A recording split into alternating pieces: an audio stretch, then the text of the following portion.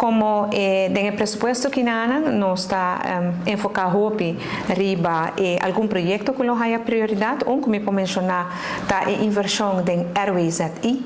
RWZI está riool, water, zuiveringsinstallatie. Essa está plaats que nós temos na Bubali, na Zeewijk também, e na Parquitenbos, para nos melhorar a qualidade da água e assim na hasi que rolou, não também molester para esse não kutabiba, of kuta e banda não lo renovar e planta não aqui e lo expandir na capacidade que a Aruba tem mestre no momento não aqui.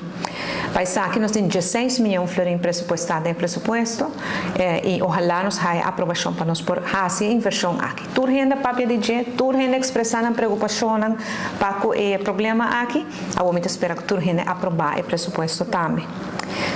Outro aspecto está com a situação de riol aqui banda na banda de Royal Plaza e edifício que me deu está para sobresentar problema sério e espera realmente nos há sustento para sim placa bom solucionar o problema aqui de presupuesto aqui nós tinha suma na e também passania problema na orco água jove e água tá queda para na Palm Beach na Tanquilander e na Posto Chiquito também tá dentro presupuesto aqui.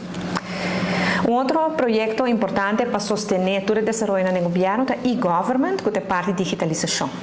Nós queremos digitalizar o serviço no governo o mais tanto possível, para nós queremos melhorar a qualidade de vida do cidadão. Agora que o cidadão tem que passar de departamento para outro, de local para outro, tem que viajar vai bem bem, compare viaja.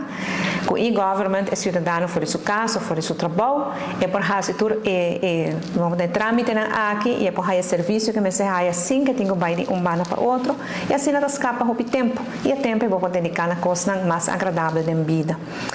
Nós temos inversão no e-government para aqui, também para nos adaptar e melhorar a situação de digitalização na cadastro, na DTI, na BIT e também no Departamento de Assuntos Jurídicos e de Legislação.